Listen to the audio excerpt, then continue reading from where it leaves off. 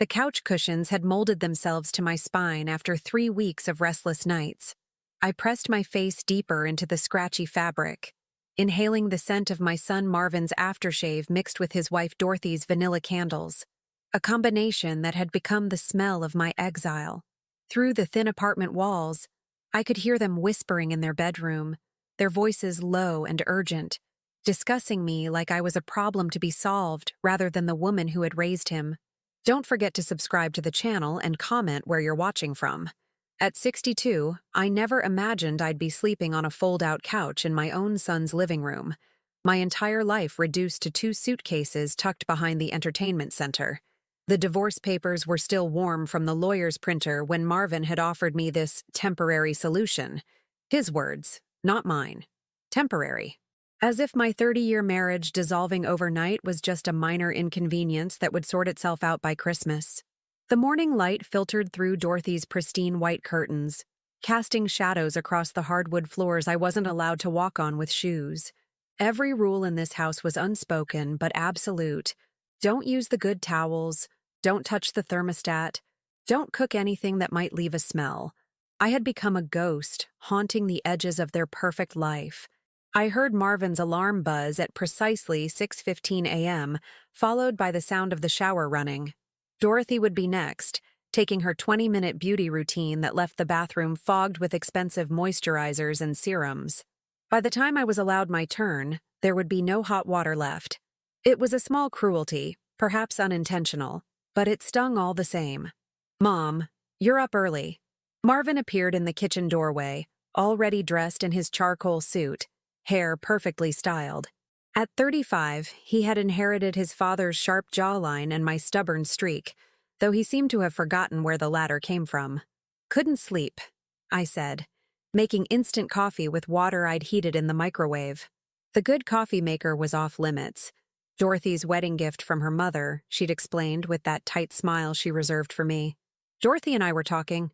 He loosened his tie slightly, a nervous habit from childhood. "We think it might be time for you to start looking at more permanent arrangements."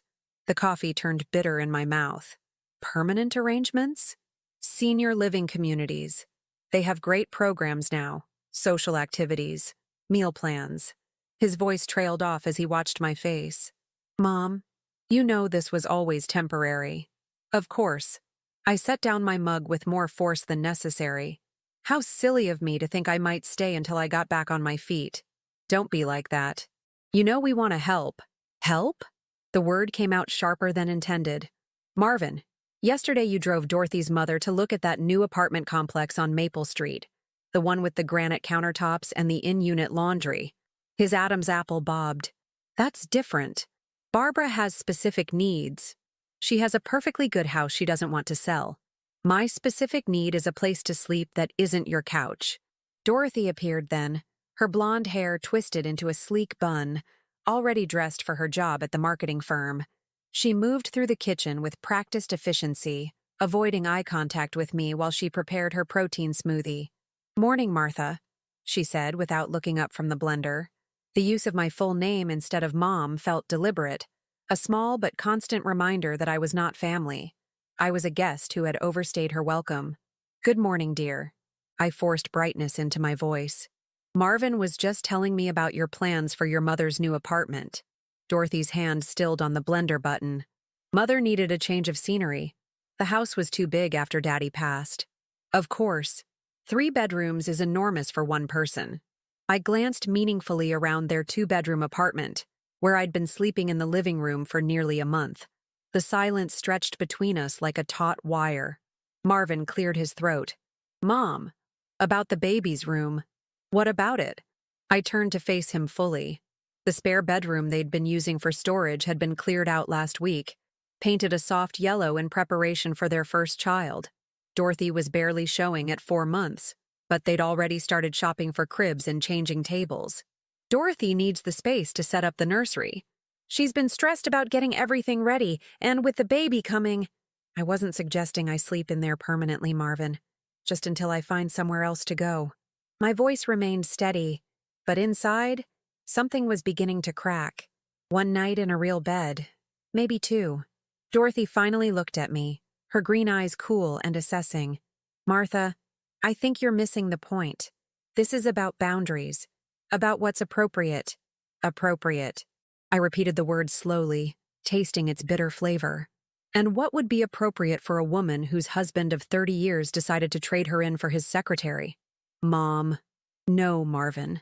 Let me understand this. Your unborn child needs their room more than your homeless mother needs a bed. Is that correct? The color drained from his face. You're not homeless. You have options.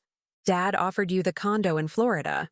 Your father offered me a one-bedroom condo 2,000 miles away from my only child, contingent on me signing away my claim to half our assets. Very generous of him. Dorothy's smoothie word to life, drowning out whatever Marvin might have said next. When the blender stopped, the silence felt heavier than before. "If you wanted comfort," Marvin said finally, his voice barely above a whisper, "you should have stayed married to Dad." The words hit me like a physical blow. I stared at my son, this man I had carried, nursed, raised, loved unconditionally for 35 years, and saw a stranger, someone who could reduce my marriage, my pain, my entire life to such a cruel oversimplification. "I see." I set my coffee mug in the sink with exaggerated care. "Thank you for clarifying where I stand." "Mom, I didn't mean—" But I was already walking away. Back to my makeshift bed, back to my suitcases and my shame. Behind me, I heard Dorothy murmur something about tough love and enabling, words that followed me like smoke. I spent the day researching rental properties on my phone, calculating and recalculating my meager savings. The divorce settlement was still being contested, my joint bank accounts frozen while lawyers argued over who deserved what from our demolished life. I had exactly $847 in my personal checking account, money I'd saved from grocery budgets and birthday gifts over the years, hidden away in an account Walter never knew about. $847. At 62, with no job and no credit in my own name, it might as well have been 8 cents. That evening, I walked to the corner market 3 blocks from Marvin's apartment. The owner, Mr. Patel, had gotten used to me buying single-serving portions of everything. 1 can of soup, 1 sleeve of crackers, 1 small container of yogurt, food that wouldn't take up space in Dorothy's refrigerator or leave evidence of my existence.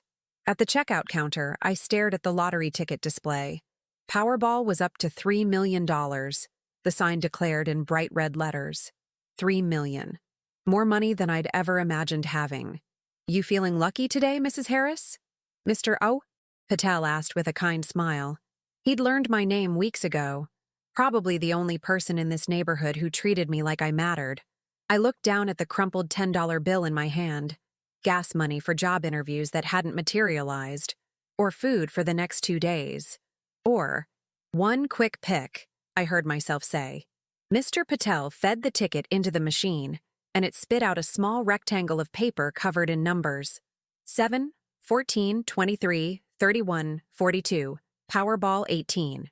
I stared at the numbers, trying to find some meaning in their random arrangement. "Good luck," Mr. Patel said, handing me my change. $8, all the money I had left in the world. I walked back to Marvin's apartment in the gathering dusk, the lottery ticket folded carefully in my wallet next to my expired credit cards and my marriage certificate.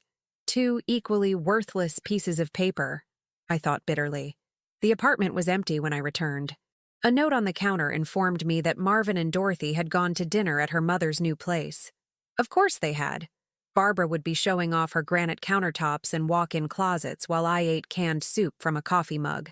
I settled onto the couch and turned on the evening news, half listening to the anchor discuss traffic patterns and weather forecasts.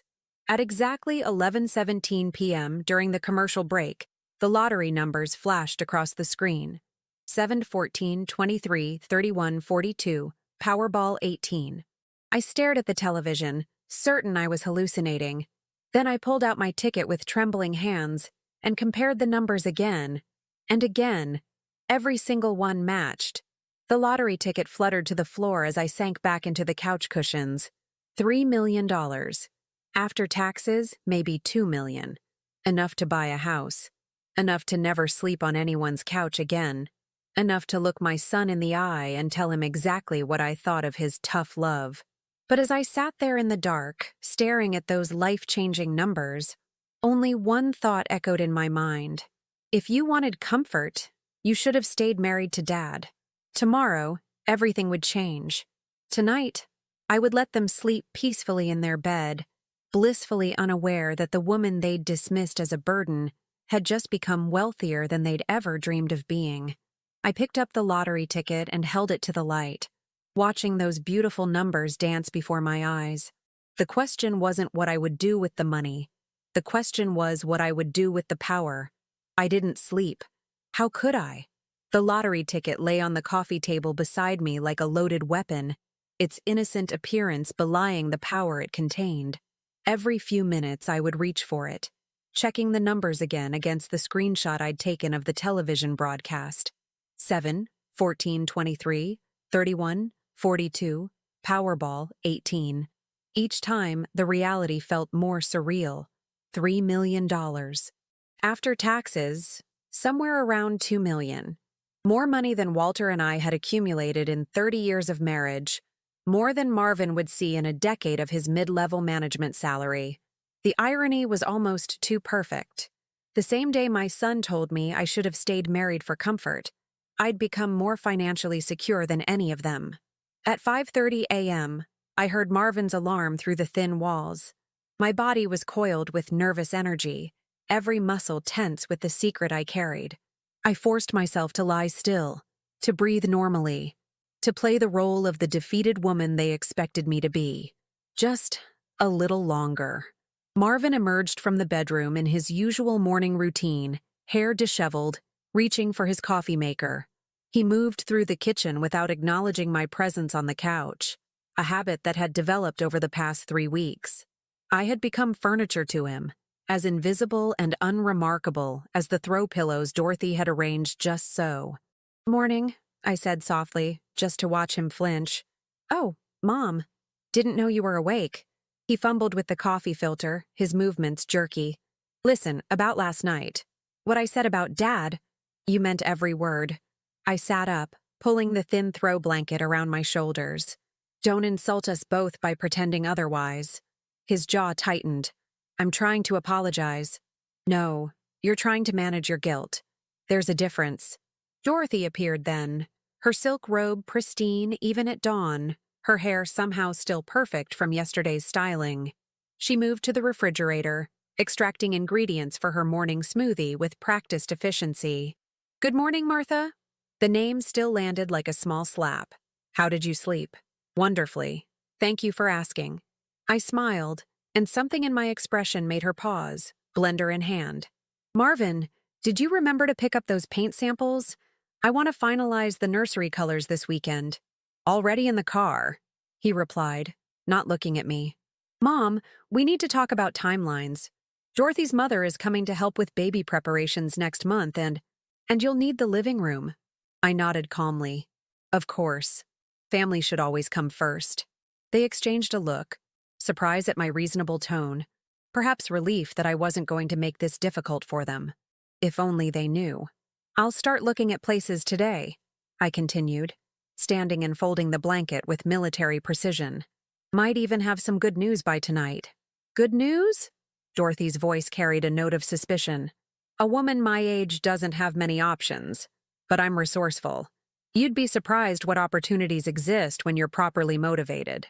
Marvin's coffee mug paused halfway to his lips. "Mom, you're not thinking of doing anything dramatic, are you?" I laughed, a sound I hadn't made in weeks. "Dramatic?" "Marvin, I'm 62 years old. The most dramatic thing I do these days is buy the expensive laundry detergent." But as I gathered my things for a shower, I caught Dorothy watching me in the hallway mirror, her green eyes narrow with something like concern. She was sharper than Marvin, more attuned to subtext. She sensed something had shifted, even if she couldn't identify what.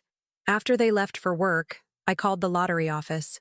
The woman who answered had clearly handled plenty of shocked winners before. "Mrs. Harris, congratulations. We'll need you to come in person to begin the claim process. Can you make it in today?" "Yes," I said, my voice steadier than I felt. "What should I bring?" Photo ID, social security card, and the winning ticket. We recommend you sign the back immediately and store it safely. And Mrs. Harris, you might want to consider whether you'd like the lump sum or annuity payments. Lump sum. I didn't have time for 30 years of gradual payouts. I needed immediate, undeniable power. The lottery office was a sterile government building downtown, the kind of place where dreams were either realized or crushed with equal bureaucratic efficiency.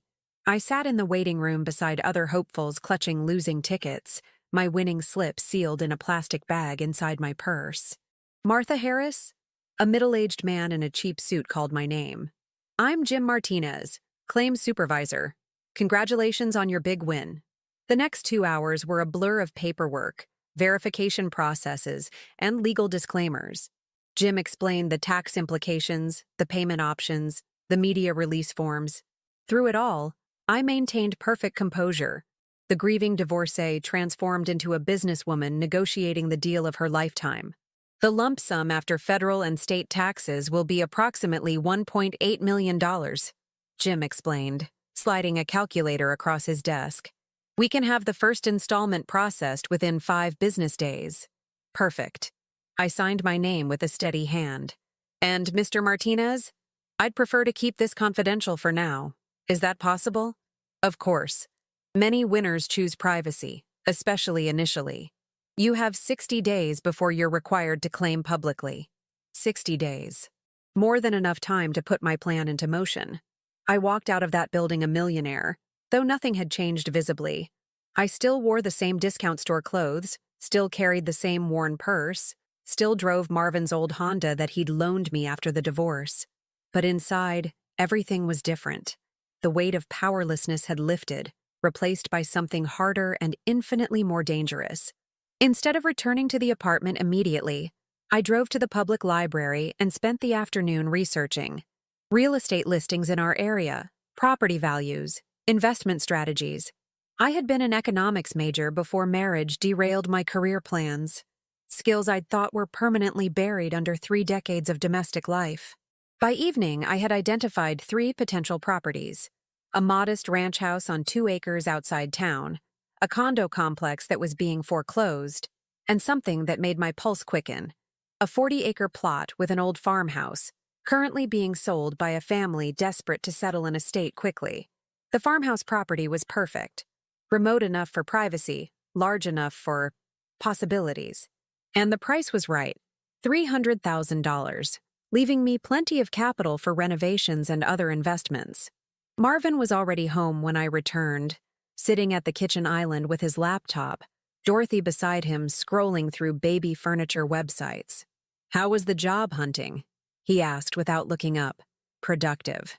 I set my purse down carefully, the lottery paperwork hidden inside. I might have found something. "Oh?" Dorothy's tone was cautiously hopeful. "What kind of work?" "Consulting, a company that needs someone with my background to evaluate investment opportunities." Not entirely a lie. I was certainly consulting with myself about investments. "That sounds promising," Marvin said, though I detected skepticism in his voice. "When would you start?" "Soon. Very soon."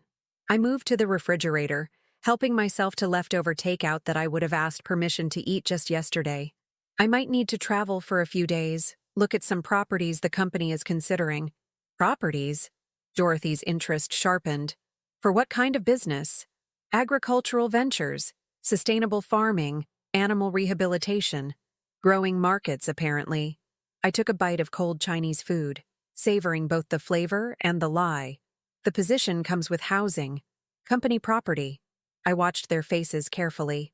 Relief warred with suspicion in Marvin's expression, while Dorothy looked almost disappointed, as if she'd been looking forward to the fight of evicting me. "Mom, that's great news. I'm happy for you." "Are you?" I met his eyes directly for the first time in weeks. "Because you seemed pretty convinced yesterday that I'd made irreversible mistakes, that I'd chosen my circumstances." He had the grace to look uncomfortable. I was frustrated. I said things I didn't mean. "No, Marvin. You said things you meant but wished you hadn't said aloud. There's a difference." Dorothy cleared her throat. "The important thing is that you're moving forward. Finding independence. Independence. I savored the word. Yes, that's exactly what I'm finding. That night, I lay on the couch for the last time, staring at the ceiling and listening to my son and his wife murmur behind their closed door. Tomorrow, I would drive out to see the farmhouse. By the end of the week, I would own it. Within a month, I would be completely transformed from the woman who had begged for a night in the baby's room. But transformation wasn't enough. Justice required more than personal success. It demanded consequences for those who had shown such casual cruelty to someone they claimed to love. As I drifted toward sleep, I thought about the caretaker's cottage I'd noticed in the farmhouse listing photos. A small, basic structure on the property, originally built for hired help. Nothing luxurious about it. Just 4 walls, a roof, and the bare minimum amenities. Perfect for housing people who suddenly found themselves in need of shelter. Perfect for teaching lessons about gratitude and humility. Perfect for the justice that was coming, whether my son realized it or not. The numbers on my lottery ticket seemed to glow in the darkness. 7 to 14, 23, 31, 42. Powerball 18. Numbers that would soon become the foundation of everything Marvin and Dorothy thought they knew about power, family, and consequences. Tomorrow, I would begin building my new life. Tonight, I would dream of theirs crumbling down. The farmhouse sat like a forgotten dream at the end of a winding gravel road, 40 acres of rolling pasture stretching beyond its weathered porch. I pulled up in Marvin's borrowed Honda, dust settling around the tires as I stepped out into the crisp morning air. The real estate agent, a thin woman named Carol with nervous energy and coffee breath, was already waiting. "Mrs. Harris, welcome to Meadowbrook Farm. As I mentioned on the phone, the family is motivated to sell quickly." She gestured toward the 2-story house with its peeling white paint and sagging shutters. "It needs work, but the bones are solid. Built in 1952. Completely updated plumbing and electrical in 2018. I walked through the rooms with practiced calm, though inside I was cataloging every possibility. The kitchen was outdated but functional, the living room spacious enough for the life I was planning. Upstairs, 4 bedrooms offered space for the sanctuary I envisioned, not just for myself, but for the animals I intended to rescue. "Tell me about the outbuildings," I said, following Carol outside. "Well, there's the old barn. Needs some roof repair, but structurally sound. And over there," she pointed to a small structure about 100 yards from the main house. "That's the caretaker's cottage. Previous owners used it for seasonal help." I walked toward the cottage with measured steps, my heart pounding despite my composed exterior. It was perfect in its simplicity. A living room barely large enough for a couch, a kitchen with ancient appliances, 2 small bedrooms, and a bathroom that had seen better decades. The windows were clean but small, the floors cheap linoleum over plywood. It was exactly what someone who had lost everything in a bad deal deserved. "How quickly could we close?" I asked, returning to where Carol waited by her sedan. "The estate attorney is pushing for 30 days, but with cash," she tilted her head hopefully. 20 days. All cash, no inspections, as is condition." Her eyes widened. "Mrs. Harris, are you sure? Without an inspection?" "I'm sure." I handed her my business card, hastily printed that morning with my new consulting company name. "Have the contracts drawn up. I'll wire the earnest money this afternoon." 3 weeks later, I stood in my own kitchen, watching the morning sun stream through windows that belonged to me. The transformation had been swift and purposeful. I'd hired contractors to repair the barn, update the cottage's plumbing, and install fencing suitable for horses and smaller animals. The main house received only essential repairs. I had other priorities for my money. The animal rescue had been Walter's idea, ironically. During one of our last bitter arguments, he'd sneered that I should go rescue some stray dogs, since you're so good at taking in hopeless cases. He'd meant it as an insult, but I'd filed it away as inspiration. Within a month, Meadowbrook had its first residents. 3 horses rescued from a bankrupt riding stable, 2 goats nobody wanted, and a revolving population of dogs and cats from the county shelter. I hired Gloria, a 23-year-old veterinary student, to help with daily care. She was grateful to live in the cottage's smaller bedroom in exchange for work and a small salary. "Mrs. Harris, The new fencing looks great, Gloria said one morning as we fed the horses. These guys are so much happier with room to run. I smiled, watching Thunder, a massive black gelding, nuzzle the fence where I stood. Everyone deserves space to breathe, Gloria. Everyone deserves to feel safe. I hadn't spoken to Marvin in 6 weeks. He'd called twice in the first month, dutiful son checking on his displaced mother, but I'd let them go to voicemail. His messages grew progressively shorter. Mom, just checking in. Call me back. Then, getting worried. Can you please call? Finally, Mom, where are you? I never returned his calls. Through mutual acquaintances, I learned that Dorothy's pregnancy was progressing well. They'd finished the nursery in soft yellow and green, had a baby shower where Dorothy's mother played hostess in her granite-countered apartment. They were happy, settled, secure in their choices. That made what came next even more satisfying. The first sign of trouble was Marvin's LinkedIn post, exploring new opportunities in the financial sector, open to discussing exciting possibilities. Corporate speak for "I've been fired." Within a week, Gloria mentioned seeing a young man in an expensive suit asking questions about me at the hardware store in town. He seemed really stressed, she told me as we mucked out stalls. Asked if I knew Martha Harris. Said he was your son looking for you. What did you tell him? That I'd never heard the name. Wasn't technically lying. You're always Mrs. Harris to me. Smart girl. I'd chosen my help well. Marvin's next move was predictable. He hired a private investigator. The man was competent enough to trace my movements to the lottery office, to discover the property purchase, to learn about my new identity as a consulting entrepreneur. What he couldn't discover was the source of my sudden wealth. I'd buried that information under layers of shell companies and careful financial planning. 2 months after I'd disappeared from his couch, Marvin finally found me. I was in the south pasture, brushing Thunder's coat in the afternoon sun, when I heard a car engine struggling up the gravel drive. Through the trees, I glimpsed a familiar silver sedan, Marvin's car, the one he'd insisted was too valuable to let me drive to job interviews. I continued brushing Thunder's flank, my movements steady and calm. The horse's warmth radiated through the brush, his breathing deep and peaceful.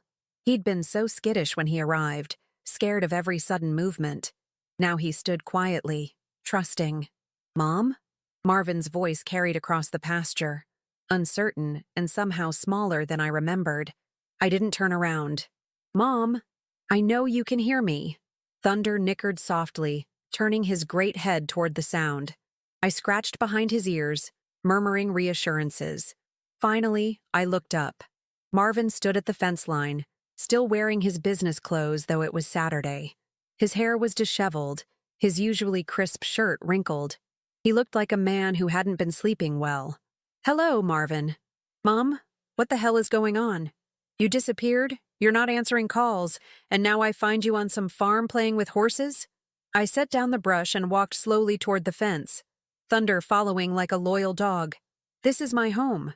These are my animals. I'm exactly where I'm supposed to be. Your home? His voice cracked slightly. Mom, how are you affording this? The investigator said you bought this place with cash. Where did you get that kind of money? The same place anyone gets money, Marvin. I earned it. Doing what? You haven't worked in 30 years. I met his eyes through the fence rails. I've been working all my life. I just wasn't getting paid for it. He ran his hands through his hair. Another childhood gesture that would have softened my heart just months ago. Now it simply looked like weakness. Look, I know we had some difficult conversations before you left. Before I left, the words came out sharper than intended. Marvin, you threw me out. You literally told me I should have stayed married if I wanted comfort. I was frustrated. The situation was complicated. For you, it was complicated for you. I turned away from the fence, walking back toward Thunder. For me, it was quite simple. My son chose his wife's comfort over his mother's basic dignity. That's not fair. I spun around, and Marvin actually stepped back at whatever he saw in my face. Fair? You want to discuss fair? Let's talk about your mother-in-law's 3-bedroom apartment while I slept on your couch. Let's talk about being told I couldn't use your shower until you and Dorothy were finished.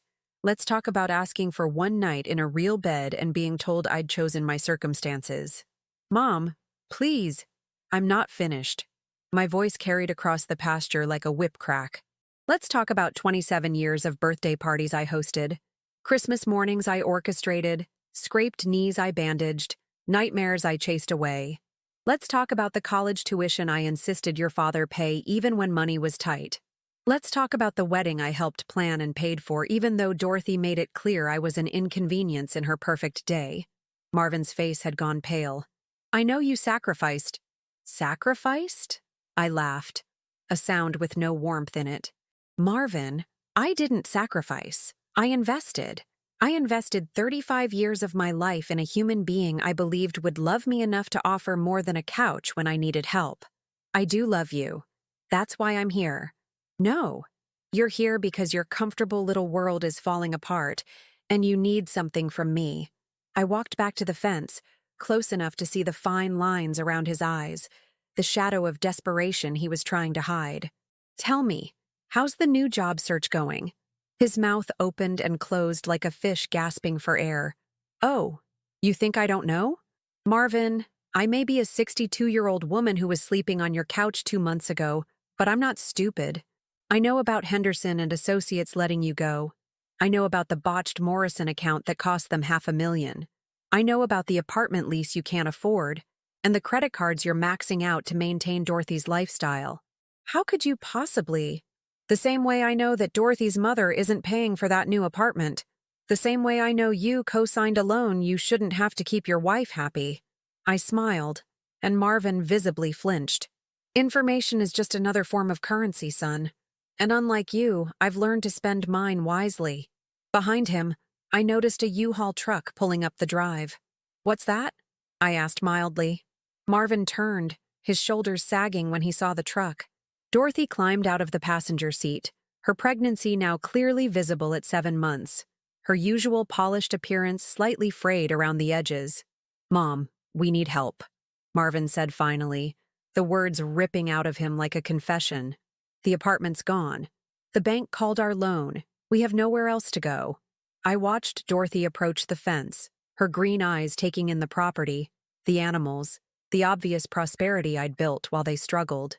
When she reached us, she looked directly at me for the first time since that morning in their kitchen.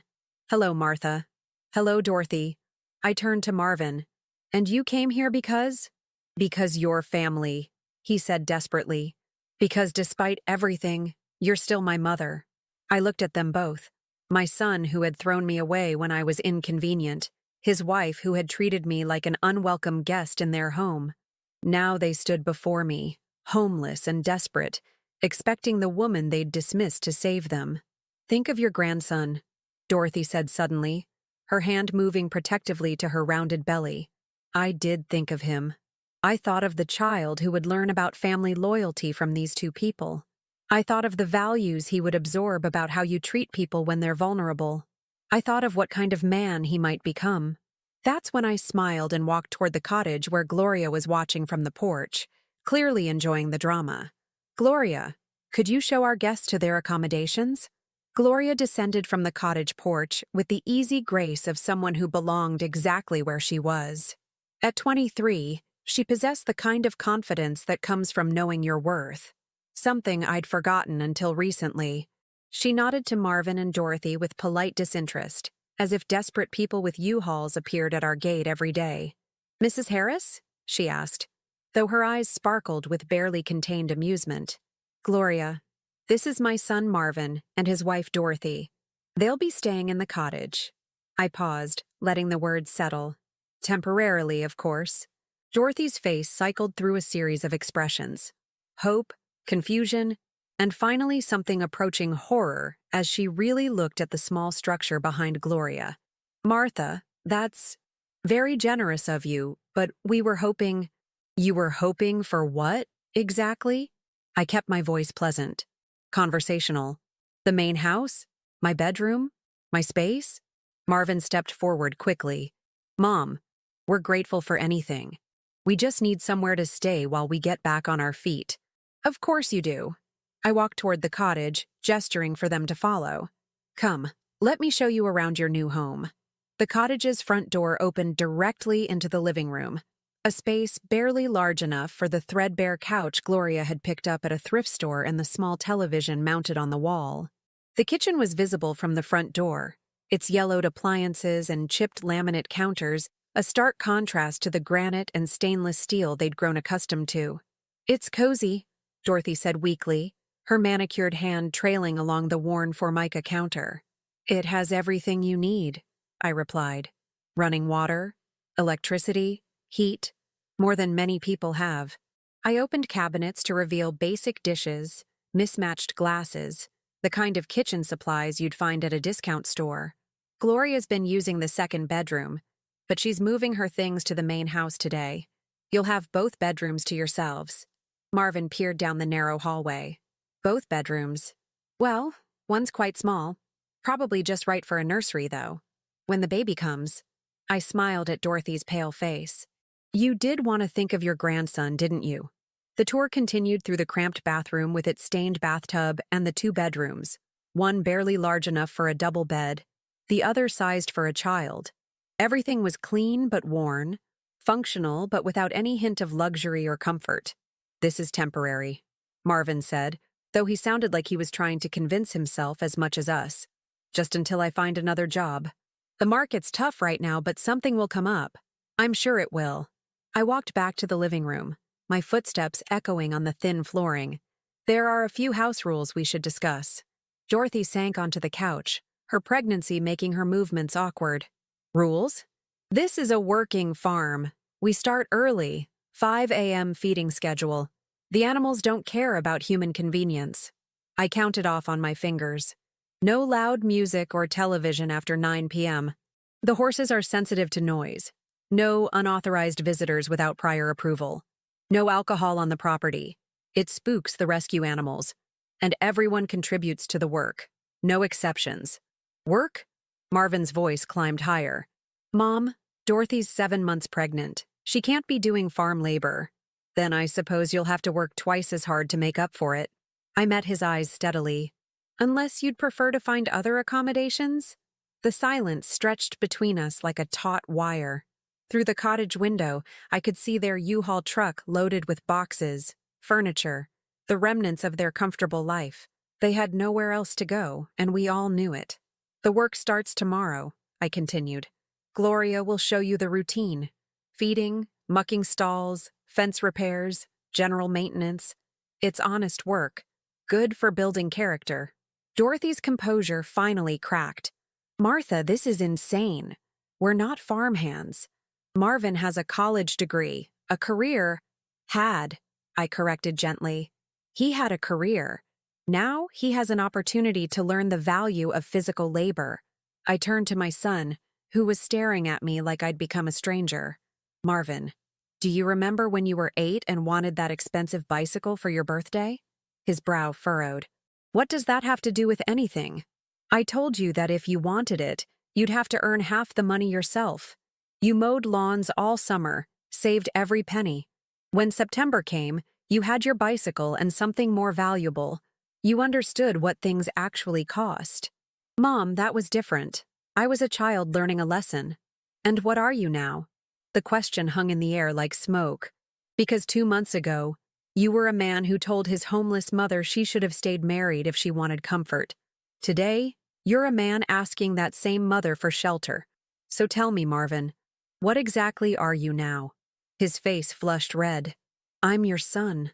"Yes, you are. And that's the only reason you're standing in this cottage instead of sleeping in your car." I moved toward the door. "Gloria will bring you some basic supplies. Towels, sheets, soap. There's a washer and dryer in the main house basement. You can use them twice a week." "Wait!" Dorothy struggled to her feet, her hand pressed to her lower back. "What about medical care? I have appointments, prenatal checkups. The hospital is 40 minutes away. There's a Honda Civic in the barn, 2018 model, reliable transportation. You can use it for necessities. Medical appointments, grocery shopping in town. The keys are on a hook by the barn door." Marvin's mouth fell open. "You have a car just sitting in the barn?" "I have several things you don't know about, Marvin. I've discovered I'm quite good at acquiring assets when properly motivated. That evening, I sat on my front porch with a glass of wine, watching Marvin and Dorothy unload their belongings. Gloria had moved her few possessions to the main house with cheerful efficiency, claiming she preferred the larger bedroom and private bathroom I'd offered her upstairs. "This is better than cable," Gloria said, settling into the chair beside me with her own glass. That woman's face when she saw the kitchen. "Dorothy's accustomed to certain standards," I replied. "This will be educational." Through the cottage windows, I could see them moving around the cramped spaces, trying to figure out where to put their king-sized bed in a room designed for a double, how to fit their extensive wardrobe in a closet the size of a phone booth. Dorothy's careful arrangements of throw pillows and decorative objects looked absurd in the basic living room. "Mrs. Harris," Gloria said carefully, "can I ask why you're doing this? I mean, they're family." "Are they?" I sipped my wine, watching Marvin struggle with a box that was clearly too heavy for him. "Gloria, what makes someone family? Biology? Legal documents? Or the way they treat you when you're vulnerable?" She was quiet for a moment. "My parents threw me out when I came out as gay. Said I wasn't their daughter anymore if I was going to live in sin. My girlfriend's mom took me in, helped me apply for college, co-signed my student loans. She's more family to me than the people who share my DNA." "Exactly. Family is what you build, not what you're born into." As if summoned by our conversation, Marvin appeared on the cottage porch. Even from a distance, I could see the exhaustion in his shoulders, the way he stared out at the darkening fields like a man contemplating escape routes he didn't have. "He looks lost," Gloria observed. "He is lost. For the first time in his adult life, Marvin is facing consequences for his choices. It's terrifying when you're used to other people absorbing the cost of your comfort." My phone buzzed. A text from a number I didn't recognize. "Martha, this is Dorothy. Could we talk? Privately?" I showed the message to Gloria, who snorted with laughter.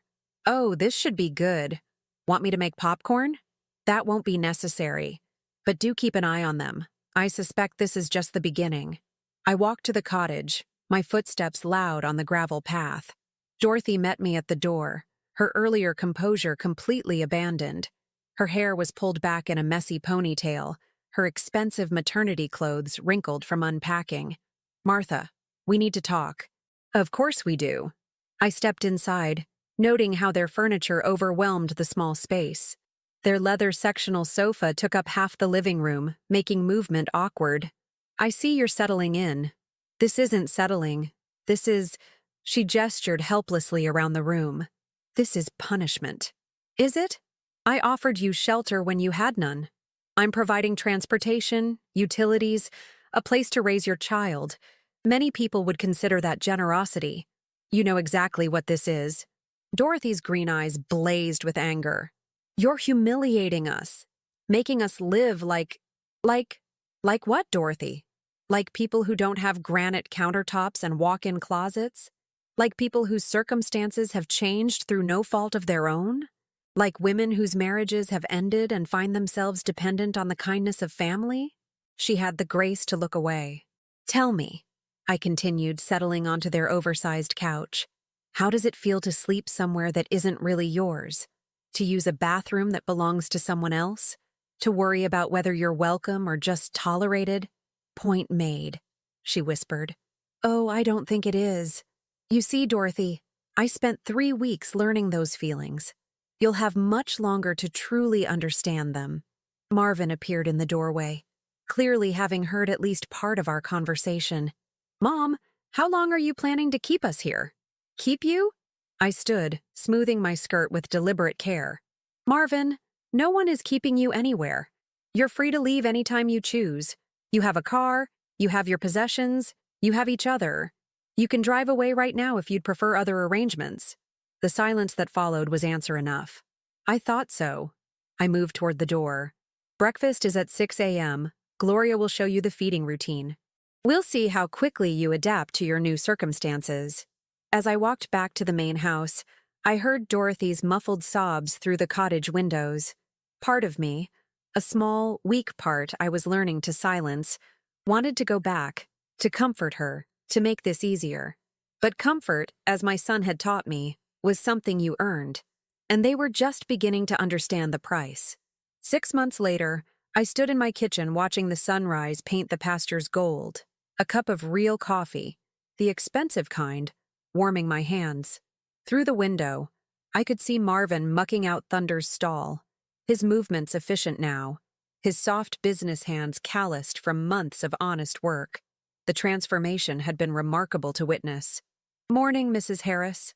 Gloria appeared in the doorway, baby Willie gurgling contentedly in her arms. At 3 months old, he was a beautiful child. Dark hair like his father, Dorothy's green eyes, and a temperament that seemed mercifully calm given the circumstances of his birth. "Morning, Gloria. How did he sleep?" "Like an angel." "Dorothy's still exhausted, though. I told her I'd take the first feeding so she could rest." Gloria settled into the kitchen chair I'd pulled close to the window months ago, adjusting Willie against her shoulder with practiced ease. It was remarkable how naturally Gloria had assumed the role of surrogate grandmother. When Dorothy had gone into labor 6 weeks early, stress, the doctor said, Gloria had been the one to drive them to the hospital, the one to pace the waiting room, the one to bring them home to the cottage where a crib now occupied most of the smaller bedroom. I had visited exactly once, bringing a casserole and a handmade quilt I'd found at a local craft fair. Dorothy had cried when she saw it, the first genuine tears I'd witnessed from her, born of exhaustion and gratitude rather than self-pity. "Mrs. Harris," she'd whispered, holding Willie while I spread the quilt over the cottage's threadbare couch. "I know what this is, what you're doing, but he's innocent in all of this." "Yes," I'd agreed, smoothing the quilt's edges. "He is. That's why he has a roof over his head, and food in his belly, and people who love him." I'd met her eyes then, seeing something I hadn't expected: acceptance. What he doesn't have is a grandmother who will enable his parents to take that love for granted. Now, watching Gloria coo at Willie while Marvin worked in the barn, I felt something I hadn't experienced in years: peace. Not the desperate quiet of survival, but the deep satisfaction of justice served and lessons learned. "He's getting stronger," Gloria said, following my gaze to Marvin, both physically and otherwise. She was right. The soft executive who'd thrown me out 6 months ago had been replaced by someone leaner, steadier, more thoughtful. The physical labor had burned away his corporate arrogance, and the complete reversal of power dynamics had taught him humility in ways no motivational seminar ever could have. "Yesterday, he asked me about expanding the rescue program," Gloria continued. "Said he'd been thinking about how we could take in more horses, maybe some cattle from that farm closure up north." "Did he?" I sipped my coffee, unsurprised but pleased. Marvin had always been intelligent. He'd simply needed his assumptions challenged to remember how to think beyond his own immediate comfort. And Dorothy's been helping with the bookkeeping. She's actually quite good with numbers. Better than me, anyway. This was news. "Since when?" "About a month now. She asked if there was anything she could do to help with the business side while she's nursing. Says she majored in accounting before she switched to marketing." Gloria shifted Willie to her other arm. "I think she's trying to prove she belongs here." Through the window, I watched Marvin emerge from Thunder's stall and walk toward the cottage. His stride was different now, less hurried, more purposeful. He paused at the cottage door, looking back toward the main house, and I saw him notice my silhouette in the kitchen window. He raised his hand in a tentative wave. I didn't wave back, but I didn't turn away either. "They're different people than they were 6 months ago," Gloria said quietly. "We all are." It was true. The woman who'd slept on that couch, who'd begged for a night in a real bed, who'd accepted cruelty as the price of family connection, she was gone. In her place was someone harder, but infinitely more substantial. Someone who understood that love without respect was just manipulation, that family without reciprocity was just exploitation. Willie made a soft sound, and Gloria began to rock him gently. "Mrs. Harris, can I ask you something?" "Of course. What happens now?" "I mean, they've learned what you wanted them to learn. Marvin works harder than anyone I've ever seen. And Dorothy, she's not the same person who used to call you Martha like it was a dirty word. So what's the end game here?" It was a fair question. one I'd been asking myself as the months passed and the cottage became less a prison and more a home for my son's family. What do you think should happen? Gloria was quiet for a long moment, her attention seemingly focused on Willie's tiny fingers wrapped around hers. I think, she said finally, that some people deserve second chances. But I also think second chances have to be earned, not given. And you think they've earned one? I think they're trying to. Marvin apologized to me last week. For what? For the way they treated you. He said he'd been thinking about it, about how they'd made you feel invisible and unwanted, and he realized he'd treated me the same way when I first arrived, like I was just hired help instead of a person. This surprised me. In all our months together, Marvin had never apologized directly to me. He'd worked harder, complained less, shown more consideration, but he'd never actually acknowledged what he'd done wrong. What did you tell him? That apologies are nice, but actions matter more, and that it wasn't really me he needed to apologize to. Smart girl. I'd chosen my ally well. A knock at the back door interrupted my thoughts.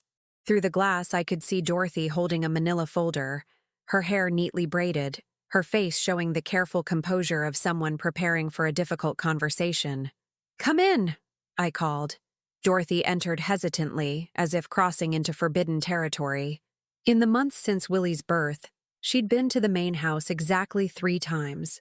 Once for his emergency delivery, once when the cottage's hot water heater failed, and once when a late-night fever had sent her into a panic that required Gloria's medical knowledge and my car keys.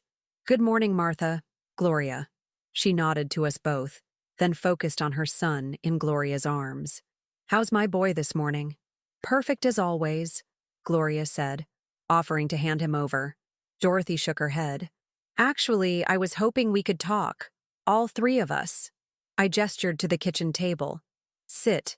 Dorothy placed the manila folder carefully in front of her, her hands shaking slightly.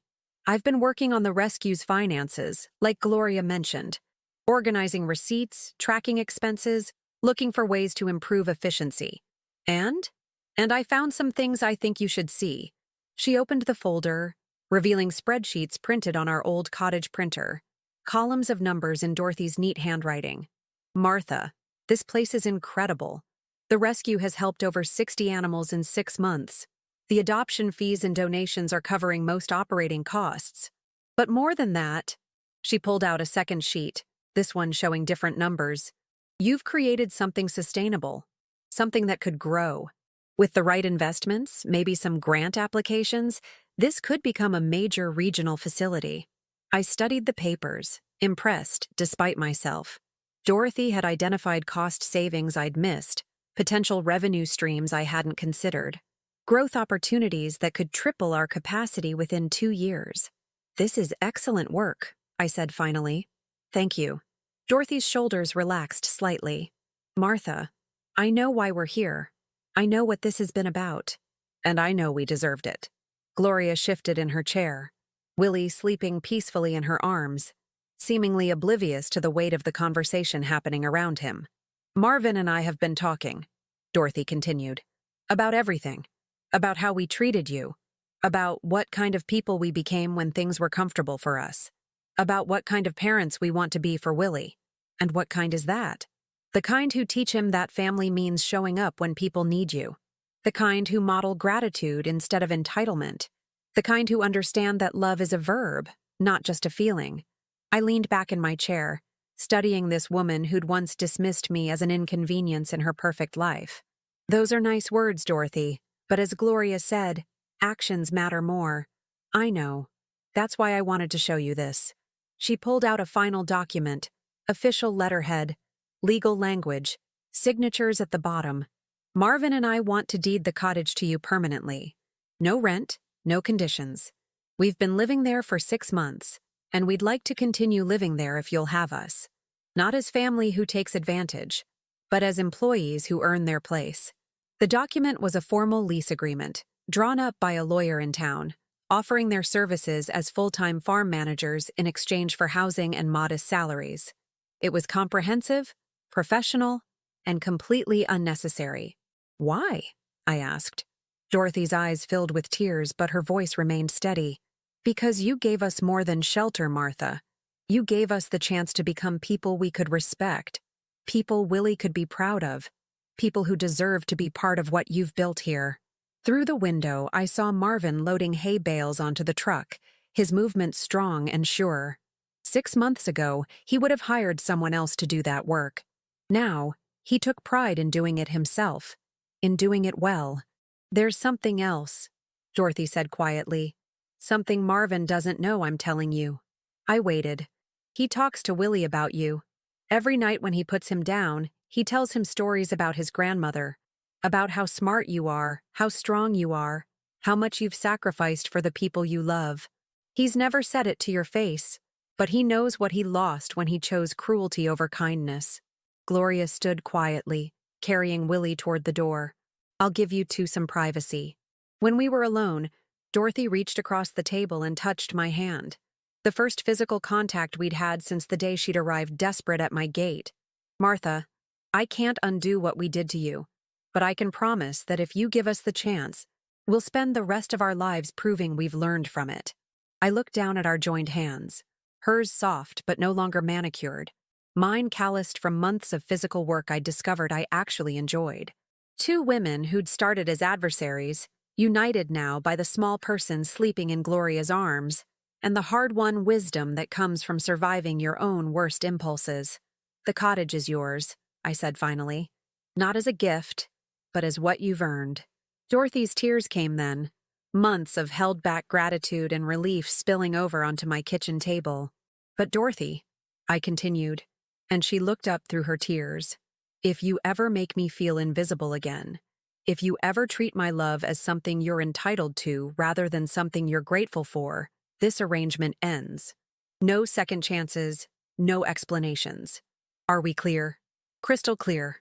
I nodded toward the window where Marvin was securing the hayload. And your husband? He knows. He's been waiting for me to find the courage to have this conversation. She wiped her eyes with the back of her hand. He said to tell you that he's ready to apologize whenever you're ready to hear it. I stood, walking to the window to watch my son work. He moved with purpose now, with dignity earned through sweat and humility. The soft executive was gone, replaced by someone I could actually respect. Tell Marvin, I said without turning around, that apologies are nice, but I'm more interested in the man he's becoming than the man he used to be. Outside, thunder whinnied from his pasture, and Marvin looked up at the sound, smiling at the horse who'd once terrified him. 6 months ago, my son had been afraid of everything that required actual work, actual courage, actual growth.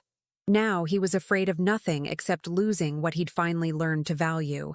That, I thought, as Dorothy gathered her papers and headed back to the cottage where her family waited, was exactly as it should be.